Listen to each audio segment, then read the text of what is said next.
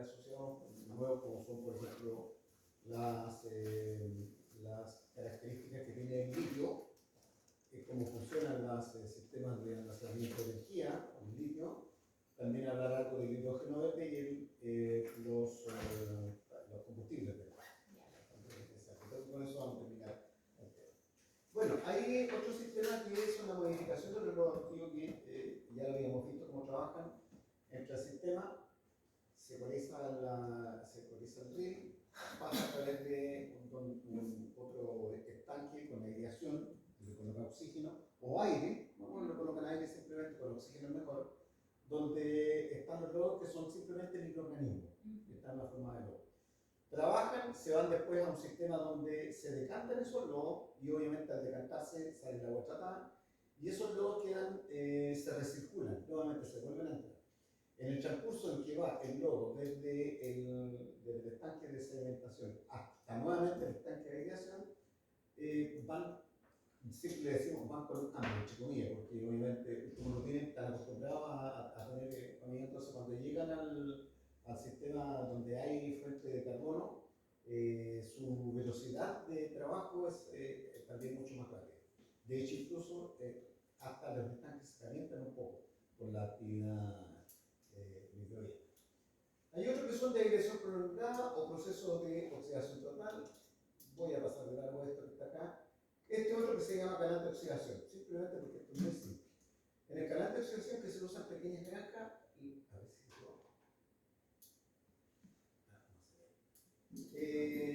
hay un sistema en el cual el agua residual simplemente entra por una tapa. Aquí hay un rotor que lo único que hace es hacer girar el agua a través de este canal. Solamente lo hace girar. Y obviamente aquí en este giro, aquí hay microorganismos. Como en esta parte, al girar, le alimenta oxígeno. Y por lo tanto, en toda esta primera parte hay un proceso de tipo aeróbico. Cuando llega a esta zona, el oxígeno se ha consumido y en esta zona hay un proceso de tipo anaeróbico. Los procesos de tipo anaeróbico tienen la gracia que pueden retirar fósforo y nitrógeno a través de ese proceso. Y eso es bueno porque si voy a colocar aguas que tienen fósforo y nitrógeno y después lo elimino a un río, obviamente voy a causar lo que se llama la eutrofización, y lo cual no es bueno. Esto simplemente entonces pasa nuevamente, ¿cierto?, a un clarificador donde nuevamente se retira una parte del lodo, se retira con lodo residual y otra parte se reingresa nuevamente al sistema. A esto se le conoce como trabajo de tipo facultativo, o sea, hay zonas aeróbicas y zonas anaeróbicas. Bueno, este otro no lo voy a pasar porque es muy parecido, digamos, no activa nuestra completa, hay reacción con el sistema. Bueno, otra cosa que se hace en vez de utilizar el aire como sistema de aireación es simplemente meter el oxígeno. La planta Williams Sorbaco, que es la que produce la Coca-Cola, ellos no alimentan aire, alimentan directamente oxígeno. Por lo tanto, la velocidad de trabajo de los lodos es muchísimo más rápida. La demanda de oxígeno siempre es más alta. Aquí esto funciona de esta manera. Aquí está. Otra vez no, se me fue el. Aquí entra el clarificador primario, retira un poco de lodo, y aquí entonces se va oxígeno. Esto va pasando por etapas, en unos buffers. Y el oxígeno se ingresa al inicio. Aquí, entonces tiene oxígeno puro en distintas zonas, lo cual mantiene el sistema totalmente aeróbico. Luego se retira, es muy parecido entre los activos, se retira, ¿cierto? Y se vuelve a reciclar en lo activo. La concentración de oxígeno, dependiendo de la zona, como zona 1, 2, 3, 4, esta es la zona, siempre es alta al principio y decae. Luego se vuelve a oxigenar, decae. Y le va decayendo a medida que va pasando porque se va consumiendo oxígeno con el tratamiento de tipo aeróbico. La producción de biomasa de la DBO es menor que en el caso de la agresión convencional. ¿Qué quiere decir esto? Que se generan menos lodos. Porque los lodos después tengo que tratarlos. Si ustedes ven en alguna zona donde se hacen tratamientos de líquido, por ejemplo en Aguas Nuevo Sur, hay una zona donde los lodos se dejan secando para quitarles un poco de agua. El tema es que cuando se deja secar hay procesos de tipo de degradación de tipo anaeróbica que son muy hediondos y la gente que está alrededor reclama. Y esto elimina eso. Se transfiere más oxígeno por unidad de potencia. La desventaja es la disminución de pH porque se produce mucho CO2 y el CO2 con el agua produce obviamente ácido carbónico. Hay otro tipo de tratamiento que también son biológicos, que son los tratamientos aquí directamente anaeróbicos.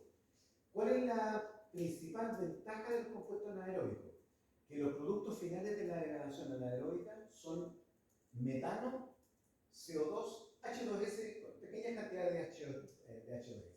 Pero este es la ventaja, la producción de metano, que se le conoce como biogás, precisamente porque el gas producido y el metano, dentro ¿cierto? De sus cualidades, es que tiene una alta energía de combustión comparada con el octano, ¿cierto? Que se utiliza, o el petróleo o diésel que se utiliza en sistemas de combustión o motores de combustión.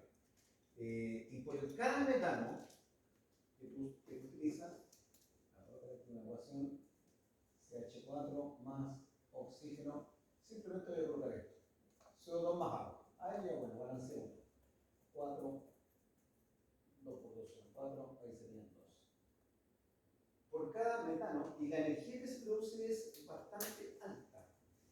En cambio, si la comparo con, voy a colocar el convencional CH3, CH2, 6, CH3, el octano, para reaccionarlo con el oxígeno, por cada mol de octano se generan 8 moles de CO2, ¿cierto? Serían 6 por 2, 14, 15, 17, 18, 19, 20, 12, 13, 14, 15, 18.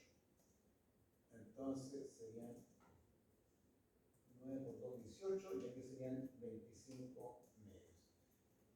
Y la cantidad de energía, vamos a calcularlo después con unas tablas periódicas, o probablemente ya sea un trabajo que se ponga la cantidad de energía que se libera quemando metano y quemando CO2 por unidad de carbono es mucho más alta para el metano, cantidad de oxígeno por cada carbono. Y además solamente eliminó una molécula de CO2. Bien sabemos esto, cuál es el efecto del CO2 en el ambiente, que está relacionado básicamente con cambio climático. Esa es una de las ventajas. Bueno, los tratamientos anaeróbicos pueden hacer eso, permiten rescatar, perdón, no rescatar, producir metano, porque hay dos zonas. Hay una fermentación ácida, los compuestos orgánicos se hidrolizan para achicarse, ¿cierto? Se van partiendo de unidades menores. Y después hay en esta etapa no se reduce la de QO, la de BO tampoco. La cantidad de materia orgánica sigue siendo la misma. Pero después viene la fermentación metánica. Se generan dentro de esto ácido acético, tal como lo ven ahí, el cual se descompone a CO2 y CH4. Solamente produce una de CO2 y una de CO4. Si sacamos entonces el balance completo de CO2 producido, porque el CH4 lo tengo que quemar nuevamente, solamente produzco 2 de CO2. Esa es la característica con la que trabaja el sistema. No necesita desviación, por lo tanto no necesito colocar de máquina, ¿cierto? Se va a ahorro de energía. El coeficiente de producción de biomasa, LOS, es menor. Es posible operar con cargas orgánicas, para decir de BO muy altas. En los casos de lodo activo, que es el más común, cuando las cargas son demasiado altas, a veces el sistema se satura y no es capaz de trabajar. Entonces tengo que tener piscina donde estoy guardando el sistema para cuando ya se desagote el tratamiento de meterlo. En este caso no, trabaja con velocidad de carga alta. Producción de metano es una ventaja por el valor energético. Ese es el... ¿Cuál es la desventaja? El tiempo de residencia, vale decir, el tiempo que tiene que estar el efluente en la carga, es algo mayor que en los sistemas no activos. Otro está los malos olores asociados a procesos de generación de H2S y mercaptano. Los mercaptanos, recuérdense que son esta estructura RSR, que tienen un poder olfativo muy bajito. De hecho, el etilmercaptano es el que se le agrega como marcador al gas, al biogás,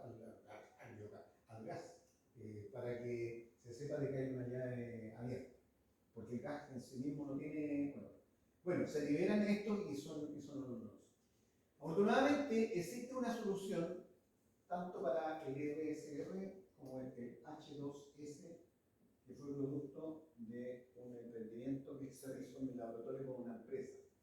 Estos olores se pueden capturar, lo vamos a ver un poquito más adelante, en lo que se llaman scrubbers. Es una especie de lluvia que disuelve en el agua, disuelve el ácido sulfírico o sulfuro de hidrógeno, cuando está en estado gaseoso, pero se disuelve muy fácilmente porque se crea ácido sulfírico en el agua. Y los RSR también son fácilmente solubles en agua. Luego pasan a un catalizador que destruye completamente esto. Eso se puede agregar a este sistema y con eso se elimina. Bueno, ¿cuáles son las observaciones? Al comienzo de la grabación, pH baja por la generación de ácido acético, como vimos, y luego comienza a subir cuando se rompen los ácidos. Queda una DQO remanente, de eso en el líquido sale algo de DQO. Lo bueno, producción de metano y algunos ácidos volátiles. Aquí está la tabla con el tiempo de residencia. Fíjese que el tiempo de residencia, aquí estamos hablando de 20 días, o sea, un poquito menos de un mes, pero no es poco. Aquí están, bueno, los sistemas, ¿cierto? El diagrama de flujo. Esto tiene que ver más para gente de ingeniería. Otros que se utilizan también son los filtros anaerobios. Los filtros anaerobios se parecen mucho a los filtros de percolación que nosotros vimos donde hay una ducha que cae sobre las piedras, ¿cierto? Cuando la ducha va cayendo, se oxigena el agua, entonces pasa con oxígeno a través de un sistema que son unos soportes, que son básicamente piedras, en la cual las bacterias que se degradan a la materia orgánica están contenidas. Esto funciona al revés, se le conoce también filtro sumergido, porque aquí el afluente que voy a tratar entra por debajo y por lo tanto entra sin oxígeno. Y como entra sin oxígeno, el sistema de tratamiento es de tipo anaerobio. Este es el diagrama de filtro anaerobio. Se obtiene el efluente, ¿cierto?, tratado, y por las partes superiores se rescatan los gases a la forma de metano, CO2 y otros más que están en el aire. Es similar al efecto percolador que yo les había comentado, solamente que ahora trabaja por debajo. Bueno, hay otros reactores anaerobios desarrollados en Holanda, en el UASB, el AFAO, que tiene el nombre está en inglés ahí. Este, como digo, fue desarrollado en Holanda, se ha utilizado en la industria de productos alimentarios, azucareras, cervecería, leche. Tiene un costo de inversión bajo, fermentación ácida y metánica.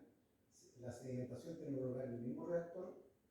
No hay relleno, por lo tanto no hay posibilidad de destrucciones. El consumo de potencia es bajo, no tengo que alimentarle aire, por lo tanto no necesito agitación mecánica. Los lodos que se van generando también son bastante buenos como enmendadores de suelo, en general los de los lodos activos también.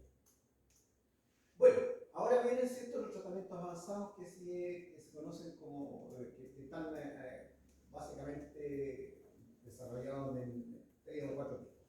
Uno es la separación de sólido de suspensión, el segundo es la absorción de carbono activo, el tercero, intercambio iónico, osmosis inversa, se está utilizando mucho para generar agua dulce desde el mar, por ejemplo, electrodiálisis. La desalinización, exactamente. Esto está en boga hoy día, sí. Es caro, pero es la única manera. Hay plantas de desalinización al lado del mar. Sí, exactamente. Están ahí al lado. Vamos a ver un poquito cómo trabaja este sistema, es bastante simple. Sí. Otro es la oxidación química, eliminación de nutrientes, nitrógeno y fósforo, ya lo dije, ¿cierto? Por el problema de la eutrofización. Y finalmente los productos o procesos de oxidación avanzada, o Advanced Oxidation Process, como se conoce en la sigla en inglés, se lo conoce en todo el mundo. Y estos ya son de última generación. Hay algunos que se usan con mayor calidad que otros. El primero es absorción en carbono activo. En la clase anterior yo le dije que íbamos a hablar algo con respecto a esto. se emplean en forma granular o en polvo. En granular es mejor porque en forma de polvo, como son especies de filtro, el efluente tiene que hacerse mucha presión para pasar el efluente. En cambio, cuando está en la forma granular, obviamente la caída de presión o la cantidad de energía que tengo para empujarlo es bastante menor. Se preparan desde materias carbonosas, madera, lignito, cáscara de nuez, carozo de aceituna. España es particularmente exportador de carbón activo desde hueco de aceituna. Con procesos térmicos, en realidad lo que se hace es calentar en ausencia de oxígeno, así se hace el carbón, porque si está en presencia de oxígeno se quema. Entonces se le da alta temperatura al sistema y se forma esto entonces en carbón, de hecho el carbón vegetal que nosotros usamos para lo avanzado se hace debajo tierra en unos hornos que en los cuales se les coloca calor y luego se tapan las bombillas. La idea es que no entre oxígeno, si entra oxígeno se quema. Lo interesante que tiene es que el área específica de los carbones activos son alrededor de los 1000 metros cuadrados por gramo. Eso es alto, es una de las especies que tiene más alta área superficial. Si les quisiera nombrar, por ejemplo, a ver, la sílice, que es parte de la arena, componente de la arena, los granos de sílice suelen tener un área de 35 metros cuadrados por cada gramo. Podrán ver entonces que el carbón lo supera con creces. Eso es bueno porque al tener más área superficial, tiene más zonas de contacto. Mientras más zonas de contacto tenga, mejor entonces esto va a ser la interacción con lo que esté en su medio. Lo interesante es que no necesariamente cuando terminan de ser usados, no necesariamente hay que botar el carbón, sino que se puede reutilizar y se puede regenerar incluso hasta 30 veces o más. Esto no te lo da cualquier absorbente. Hay muchos absorbentes que tú los utilizas una vez y luego tenés que eliminar. Voy a hablar de algunos, las zeolitas. ¿Las qué? Las zeolitas. De hecho, creo que por aquí cerca hay una mina de zeolita. La zeolita es un sílico, un aluminosilicato. Contiene AL2 o 3 SiO2. Tiene una característica que es muy cristalina, muy cristalina. Incluso se le utiliza la zeolita para tratamiento médico. No sé si para enflaquecer u otro tipo más, digamos, porque tienen un área superficial relativamente alta. Pero para recuperarlo cuesta mucho. La zeolita incluso se come se alimenta con ella, una pastilla, digamos. Bueno, la ventaja entonces, ¿cierto?, es que el carbón activo se puede recuperar y la regeneración simplemente se hace aplicándolo en una temperatura de 930 grados Celsius, no es poco, con aire y con vapor de agua. Es muy simple la regeneración. ¿Cómo funciona esto? Bueno, hay dos formas. Una que trabaja en forma continua y otra que trabaja en forma discontinua. Aquí le llamamos en forma continua. Que el sistema pasa a través del reactor, sigue su camino y sale limpio. ¿Qué significa discontinua? Que yo tengo que entrar, trabajar en el reactor, paro todo eso, una vez que termina el proceso, lo saco. Por ejemplo, lodos activos es discontinuo. Llega ahí, se queda, después lo saco y voy trabajando en eso.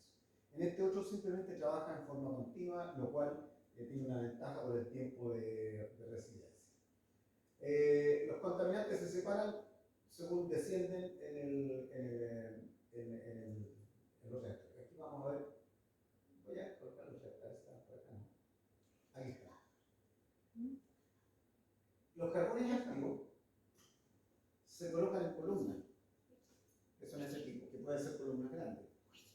Entonces, el agua con la concentración inicial pasa a través de los carbones activos, retiran una primera parte de los contaminantes y luego pasan a un segundo reactor, se retira otra parte de los contaminantes y pasa a un tercer reactor donde sale finalmente el tratado. Estos pueden haber 5 o 10 reactores que están en el. ¿En qué se usa eso? lo utilizan para limpiar aguas que contienen microorganismos. Pues el microorganismo lo podemos tratar con ozono, como vamos a ver más adelante, incluso como lo vimos con ultravioleta también. Pero hay casos cuando los volúmenes son grandes, entonces hay que tratarlas con este tipo de procesos. Yo te puedo se me fue a traer un poco carbón activo, la otra vez les dije que lo voy a traer allá, y le voy a transformar un vino tinto en vino blanco. Eso. Después lo vamos a tomar. Súper mal. Sal. El colorante se adhiere Los taninos. se Los adhiere al taninos son, carbón de y cierto, todos los precipita. flavonoides y taninos que particularmente son los que le dan el color y que le dan lo astringente que tiene particularmente el vino tinto. Dentro de los taninos, ¿cierto?, están los flavonoides, los isoflavonoides, que son la parte beneficiosa que tiene el vino, que ustedes no crean, por la cantidad de antioxidantes que tiene el vino. Solamente como una especie de información adicional con respecto a esto, los vinos del sur del mundo, Chile, Argentina, son los que tienen más antioxidantes de los vinos que se producen en todo el mundo. ¿Y saben por qué? Porque resulta que el hoyo de la capa de ozono más grande está en el polo sur, no en el polo norte. Y la cantidad de radiación UV que entra a las viñas es mayor que las que ocurren en Francia o en Italia. Y como la valla es un ser vivo y le llega radiación ultravioleta que la va a dañar, entonces no es tonta, genera antioxidantes para que no se oxide. Entonces, por eso decían más adelante, en un tiempo de el vino chileno lo van a vender en la farmacia allá en Europa por la cantidad de antioxidantes que tiene. Esa es la razón. O sea, lo que genera un fenómeno climático en función de algunas propiedades, digamos, que tiene el sistema, después de efectos. Bueno, cuando hay una serie de otros tres que les voy a pasar de algo también porque tiene que ver con la profundidad crítica y el tiempo de servicio. Esto ya es más para la gente de ingeniería. Pero me va a interesar más esta otra parte que está acá.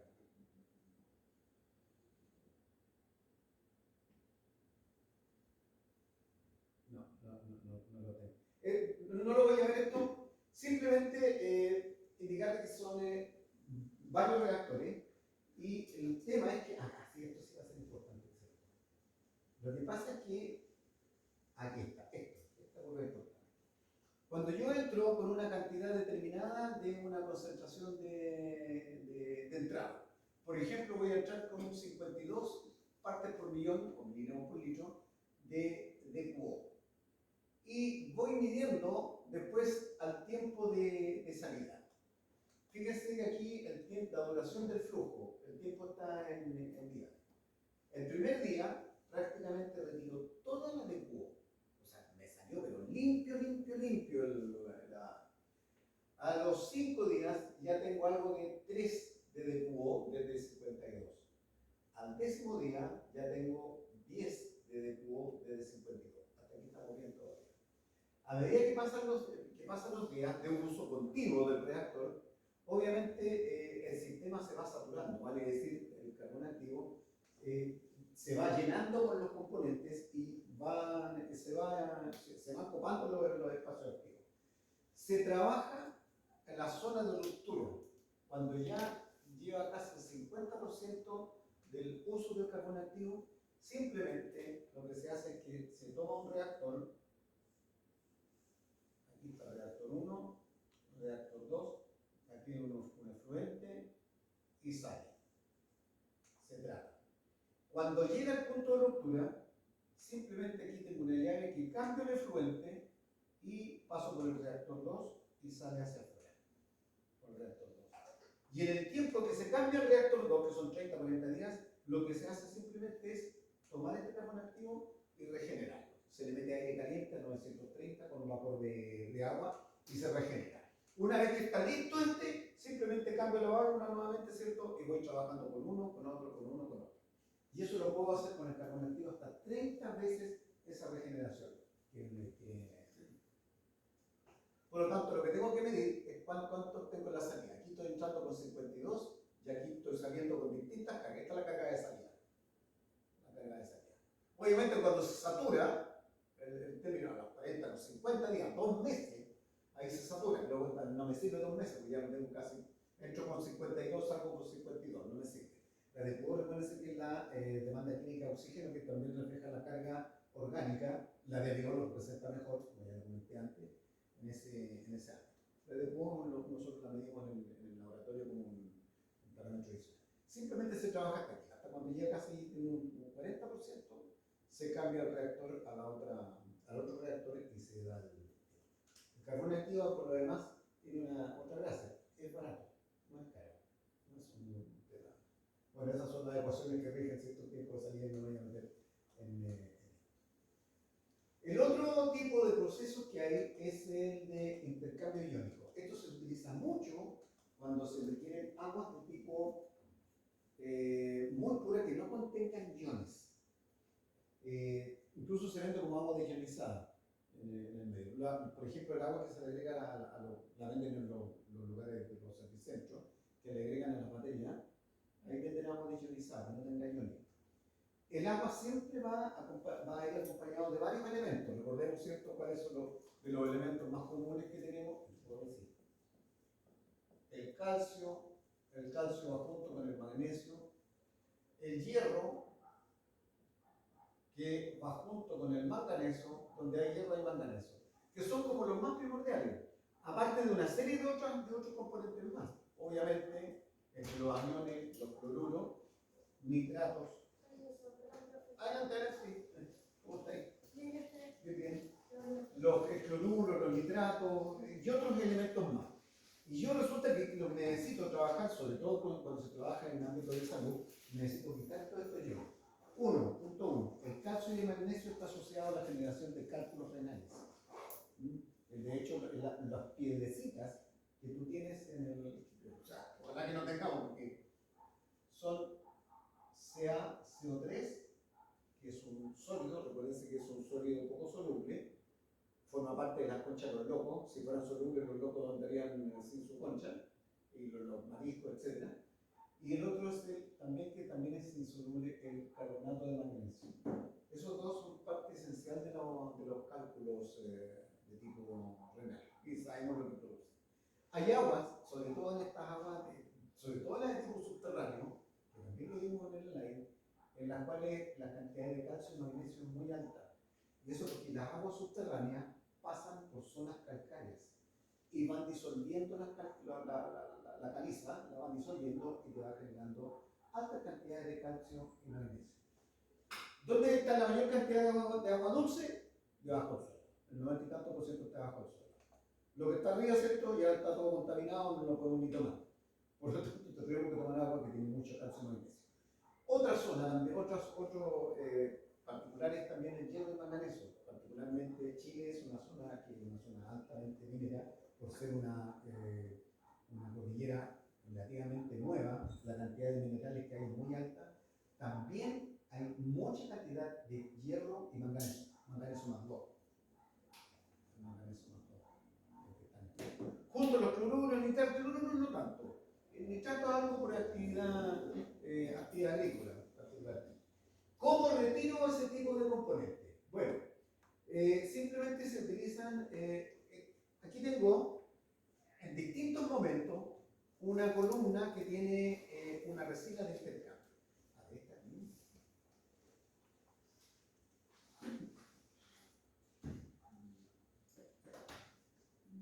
Vamos a ver cómo son esas columnas de intercambio. Es una resina y se alimenta con una concentración cero, la concentración de alimentación que va con iones, particularmente con iones. Esto para retirar los iones se utiliza mucho esto. Obviamente, a medida que va saliendo, si voy recogiendo los volúmenes, aquí abajo tengo el volumen recogido, no voy a tener nada al principio porque las sales van a quedar capturadas en la parte superior.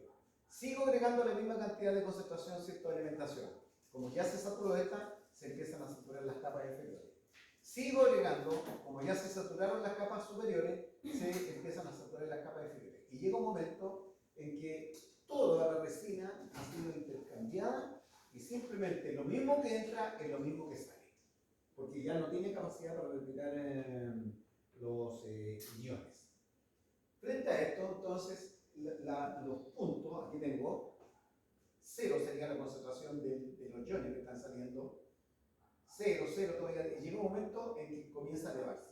Cuando ya se comienza a elevarse al 1% o 10%, en ese momento hay que retirar la resina y cambiarla por otra. Lo bueno de la resina de intercambio es que, al igual que los carbones activos, se pueden regenerar. Y por lo tanto, pues, simplemente la saco y la regenero. Vamos a ver que es súper simple cómo se regenera. Nosotros ya en el instituto tenemos de estos intercambiadores. Y obviamente después al final sale todos los iones, como ya les comenté, ciertamente. Bien. De las resinas de intercambio iónico, que funcionan a través de un principio físico-químico muy simple, parecía el intercambio iónico, hay dos tipos de estas. Voy a poner acá. Una de las primeras que se utilizaban fueron las zeolitas naturales, como ya les comentaba. En Penco, al lado de mi ciudad natal, cerca de Concepción, hay una fábrica de loza. Y las arcillas que tienen que llevar para allá, para que se fabrique la loza y tenga buena calidad de resistencia mecánica, cuando tiene muchas sales, queda quebradizo y aparte feo. Y por lo tanto hay que retirarle las sales en la piscina con agua, que era una piscina enorme, le echaban sacos de zeolita y el agua literalmente hervía. Porque la zeolita lo que hacía era simplemente retirar todos los cationes que estaban en el medio y dejaban un catión, que podía ser el protón o sodio, en este caso que no afectaba tanto en el medio. Ahí se usaba la zeolita. Hoy día tienen resinas de intercambio. ¿Qué son las resinas de intercambio? Son resinas de estireno y dimetilbenceno, las DBB. Simplemente es voy a llamarlo un polímero, una especie de plástico que es lineal. Son polímeros que son insolubles, esa es la gracia, porque si lo voy a colar a agua y se me disuelven. Y se le agregan a esta zeolita, se le agregan grupos básicos o grupos ácidos. Los grupos básicos para retirar aniones, los grupos ácidos para intercambiar cationes. Y trabajan, a ver, acá tenemos el ciclo, por ejemplo, del sodio. Otra vez que no funciona R, ahí está, R es la resina. Entonces, simplemente para simbolizarla, para contar aquí una resina. Donde tiene, como ven ustedes ahí, un grupo Na2. Aquí simplemente hay algunas funciones. A ver cuál podría ser un CO2H, pero en vez de CO2H, un grupo carbonilo. Y le voy colgando un grupo carbonilo que en vez de tener el hidrógeno tiene el sodio como intercambiador. Entonces, cuando hay dos de estos de sodio, pueden retirar compuestos bivalentes, el calcio, el magnesio, el hierro, el manganeso que van juntos. Donde el calcio y el magnesio, donde el hierro y el manganeso, y están en estado de oxidación más bajo. Por lo tanto, pueden retirar y él se intercambia, por eso se llaman intercambiadores, se intercambia el ion bivalente, el catión bivalente, se intercambia y se une a la resina liberando dos iones sodio. El tema es que liberen los dos iones sodio no es un problema porque el sodio no te va a generar cálculo ni ninguna otra cosa más. Además, el sodio lo puedo retirar más adelante con otro tipo de resina. Esa es cuando se usan resinas que contengan sodio. Pero hay otras que contienen, en vez de sodio, contienen hidrógeno. Entonces, aquí en vez de CO2Na, tienen CO2H. Cada cierto grupo en esa resina.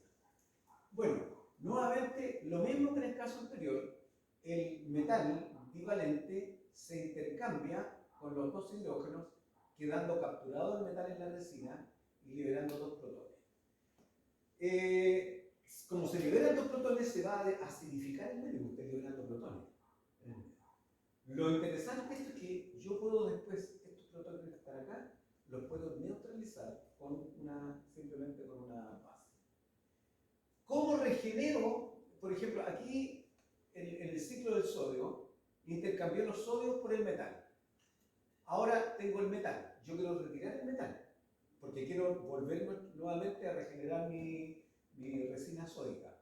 Simplemente se le añade esta que ya está intercambiada, se le coloca un baño de cloruro de sodio, de sal común, así de simple, para regenerar la resina sódica, bien dicho, resina sódica.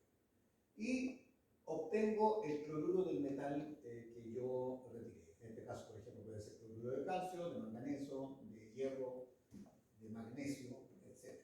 Esa es la forma de regeneración. En el caso del ciclo de hidrógeno, aquí tengo el ciclo de hidrógeno, este MR lo quiero recuperar, simplemente lo sumerjo en una solución de ácido clorhídrico o ácido sulfúrico y regenero, a través de con el protón, retiro nuevamente el metal que estaba unido a la resina y regenero el RH2 o el H2R, la resina del ciclo de hidrógeno, recuperando el cloruro del metal o el sulfato del metal. Así de simple es el trabajo, digamos, del medio. Hay también ahí cierto un esquema, no voy a entrar al detalle para las concentraciones típicas del regenerante no es tanto, son solamente del 2% al 5% en peso. Eso es muy poquito, o sea, no necesito mucha sal y tampoco necesito mucho ácido clorhídrico para recuperar esa resina. Ese es el funcionamiento de las resinas.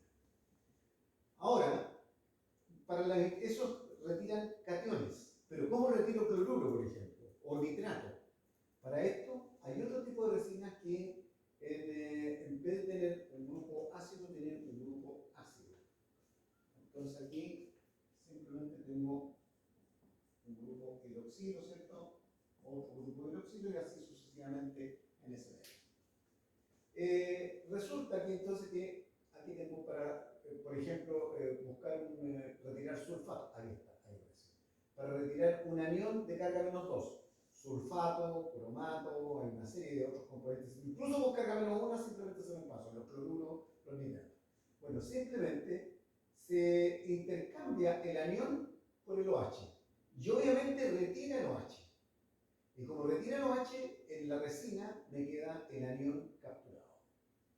Son muy eficaces para la eliminación de sulfatos, cromatos. Esto es muy particular en los cromatos. Porque los cromatos, el cromo aquí está en estado de oxidación +6. Y el estado de oxidación +6 es peligroso para la salud, es mutagénico y es cancerígeno incluso, los cromatos. Hay que tener cuidado con él. Y este te permite retirar el sistema. ¿Cómo se regenera después? Una vez que retiré todo el anión, aquí tengo R con el anión ahora, por eso se llama aniónico. Simplemente lo trato con NaOH o con hidróxido de amonio y regenero nuevamente mi resina. Y esto lo puedo hacer muchas veces. Se regeneran, se usan, se regeneran y recupero la sal sódica o la sal amónica del anión. Por ejemplo, podría ser sulfato de sodio, sulfato de amonio o sulfato de sodio, si que A fuera un sulfato. Esa es la forma, digamos, como trabajan las resinas intercambiables aniónicas. Lo interesante ahora de esto es que yo puedo mezclar una resina de intercambio catiónica con ciclo de hidrógeno, que en vez de un sodio tiene hidrógeno, y la puedo mezclar con una intercambiable aniónica, en la cual me libera OHs. Y los protones liberados en una zona reaccionan con los OH generados en la catiónica y simplemente formó agua. O sea, se neutralizan entre ellas. Y de hecho eso es lo que se hace básicamente. Esto es caro, no es barato. Hay algunas características, ¿cierto? El regenerante para la catiónica, aniónica, el consumo, concentración, consumo de agua lavado, etc. Los datos técnicos están asociados para saber cuánto es lo que voy a gastar en este medio. Miren, aquí está un diseño que es súper interesante de intercambio iónico para retirar los cromatos, el cobre +2, zinc +2 y níquel +2 en una industria de galvanizado. La industria de galvanizado utiliza agua y lo que hacen es los cromados, por ejemplo, ¿cierto? O sea, eso pues, se llama galvanizado, los niquelados, esto que está aquí es niquelado, en ese medio. Entonces, dentro de esos residuos generan una cantidad grande de residual de cobre, zinc, níquel y cromato. ¿Qué es lo que hago entonces? Simplemente la hago pasar por un intercambiador catiónico. ¿Qué me retira el catión? El intercambiador catiónico. En la resina van a quedar pegados cobre, zinc y níquel. Entonces voy a separar cobre, zinc y níquel. Que no separé el anión, el cromato. Este es un anión. Y este lo hago pasar por un intercambio aniónico. Aquí entonces, ¿qué es lo que retiro? Separo el CD2O4, el anión. Luego le coloco regenerante de NaOH y recupero el dicromato de sodio, el cual lo vuelvo acá, ¿cierto?, al intercambiador catiónico para separar nuevamente, ¿cierto?, y el regenerante aquí, el regenerante para el catiónico es ácido sulfúrico, el regenerante para el aniónico es NaOH. Y de esa manera tengo el sistema libre de este tipo, digamos, de elementos. Esto es una planta típica, digamos, de galvanizado. Osmosis inversa. No sé, siento que cada máquina, cada proceso fija una cosa diferente y es como que son muchas compuestas, muchos elementos. Sí, pues no, sí, Puede memorizarse. claro, cada actividad humana, es increíble, pero cada actividad humana te va a generar siempre residuos. Porque lo que haces es aumentar la entropía del sistema. Y la entropía es desorden. Entonces tú generas un bien, para llamarle bien, ¿cierto? Un teléfono, por decir algo, pero generas muchos subproductos.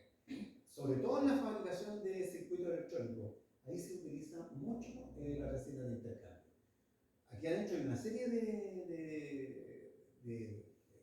¿cierto? de circuitos. Usted creo que había dicho que no existe la eficiencia al 100%.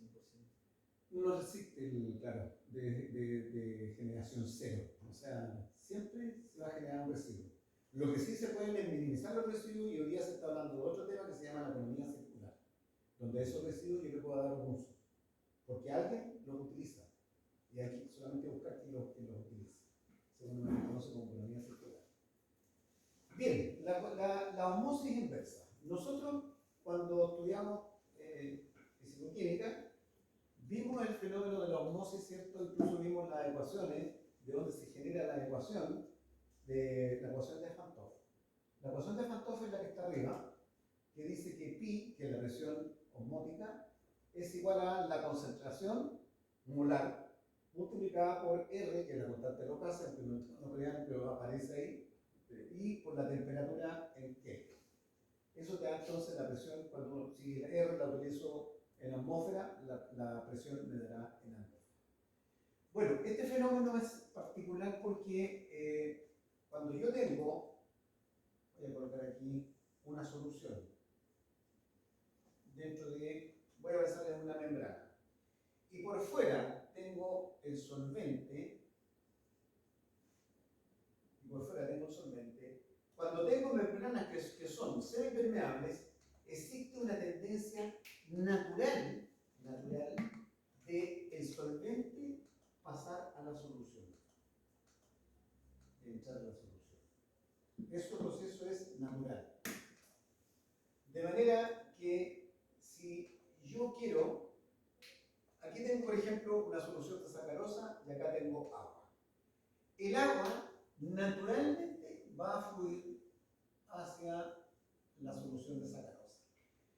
Si yo no tengo esto separado por una membrana, obviamente la cantidad de agua va a disminuir porque está pasando al lado de la solución. Y si esto lo tengo separado en un tubo, obviamente la columna de la solución de sacarosa va a aumentar a costa, ¿cierto?, de disminuir la de agua.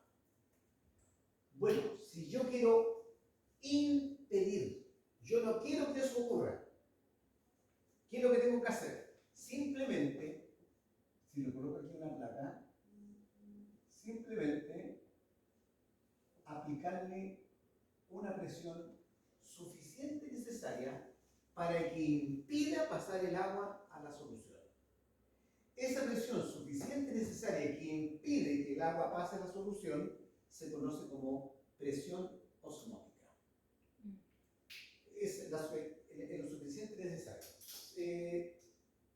Cuando va a llover, en la época de marzo, la gente que tiene frutas, particularmente los que tienen viña, están siempre pendientes del tiempo. ¿Por qué pendientes del tiempo? Porque si dicen que viene lluvia y la uva está madura, adentro tiene una solución de agua con azúcar. Y afuera va a caer agua, lluvia. ¿Qué es lo que va a hacer el agua? Va a pasar a través de la membrana y la va a hinchar, la valla la va a hinchar y la va a rajar. Y si la raja, va a tener azúcar más humedad igual hongos. Se le va a llenar de hongos. Entonces, por eso es que cuando los tipos están pendientes, ¿sabes que mañana va a llover? Ya, ven a todos los chinos nomás a sacar la uva, que sé yo, etc. Cuando las lluvias caen temprano, los vinos de ese año tienen menos azúcares y tienen una característica más especial. Cuando las lluvias caen más tarde, tú la uva la puedes sacar más tarde y el vino, ¿cierto?, tiene otras características porque tienen bastante más azúcar y por lo tanto también más alcohol, porque el azúcar genera el alcohol en ese medio. Bueno, ahí tiene otro que probablemente le ha pasado. No sé si alguien alguna vez se fue a alguna piscina y en vez de estar media hora, estuvieron 2 horas, que sé yo, cuando van a sus baños termales en el sur, se quedan 3 horas metidos debajo del agua y cuando salen, se miran las manos y tienen las manos con Arrugadas. arrugadas, están llenas de agua. Y la piel está tirada por el fenómeno de la osmosis. Bueno, yo quiero impedir eso entonces, ya sabemos esto lo que hacemos, yo le aplico una presión hacia abajo que impida pasar eso.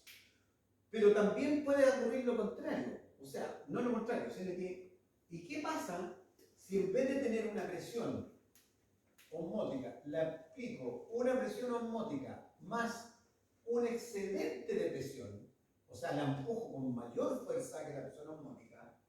Lo que hago aquí entonces es obligar a que, como tengo una solución acuosa, en este caso acuosa, es sacarosa, obligar a que el agua, solamente el agua, no el azúcar, salga hacia afuera.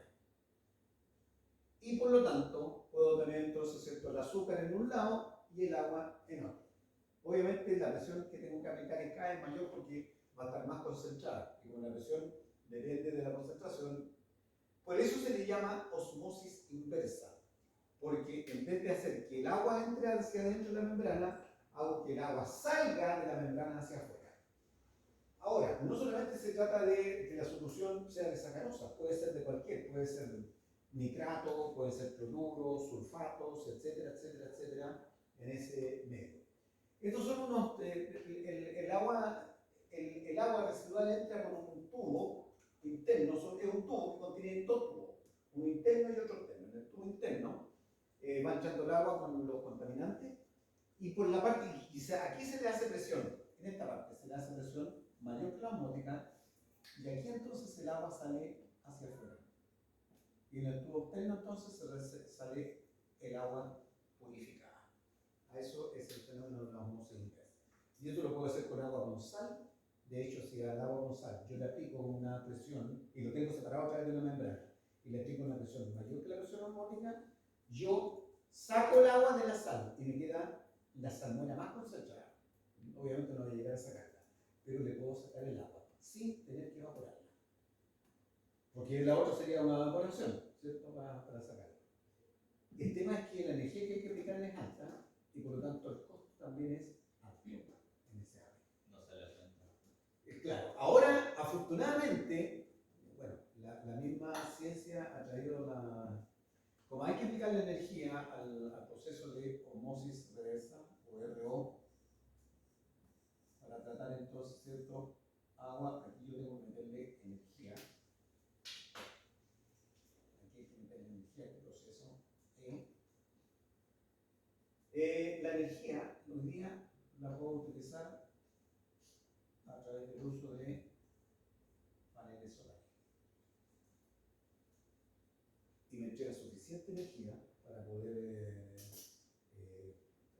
utilizarla en el proceso de la desalinización a través de osmosis reversa. ¿Cómo trabajan esto? Bueno, aquí hay algunos datos que están asociados con lo mismo que ya les comenté. Voy a borrar.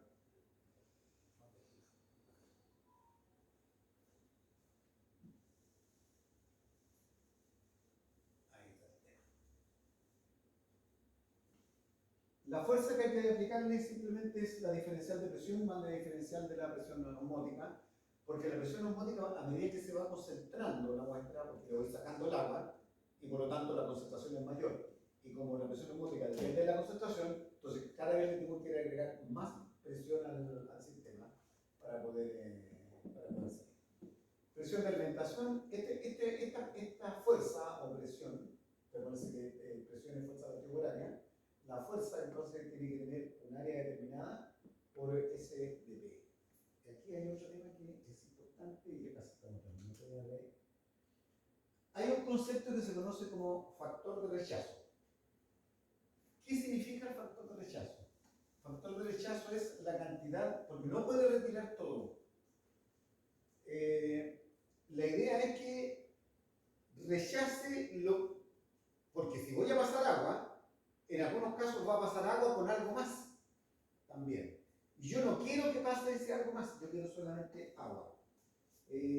Por ejemplo, para el factor de rechazo, en el caso de retirar sulfatos, mientras más alto es el factor de rechazo, mejor en mi membrana osmótica. En este caso hay una membrana muy particular, que a medida que aumenta el uso, se va haciendo cada vez más eficiente para retirar iones sulfato y para retirar iones calcio. Y por lo tanto, aquí en vez de tener una resina de intercambio iónico para retirar calcio, podría utilizar entonces también un sistema de osmosis inversa. Sin embargo, hay otros elementos. Mira, estoy hablando de factores de rechazo del 85%, más incluso, 87%. Eso es buenísimo todavía. Pero algunos cloruros, por ejemplo, que el factor de rechazo va disminuyendo desde cuando la resina está nueva. Cuando la resina está nueva, no te deja pasar el cloro, pero a medida que se va envejeciendo, te va dejando pasar cloro. O también te va dejando pasar sodio, a medida que se envejece, hasta que queda estable después alrededor de un 87%. De todas maneras, yo me siento harto contento con ese tipo de factor de rechazo. Se llama entonces factor de rechazo lo que no deja pasar. Si el factor de rechazo para un elemento bajo, quiere decir que pasa a través del sistema. Bueno, hay algunas resinas de algunas marcas particulares con sus correspondientes factores de rechazo. Y eso es justamente lo que tenemos que ver hoy día con otro tipo de tratamientos de célula primada. Y justito 0 minutos para personal de la mañana. Tenemos entonces el viernes, vamos a entrar a hacer una especie de resumen de todo esto.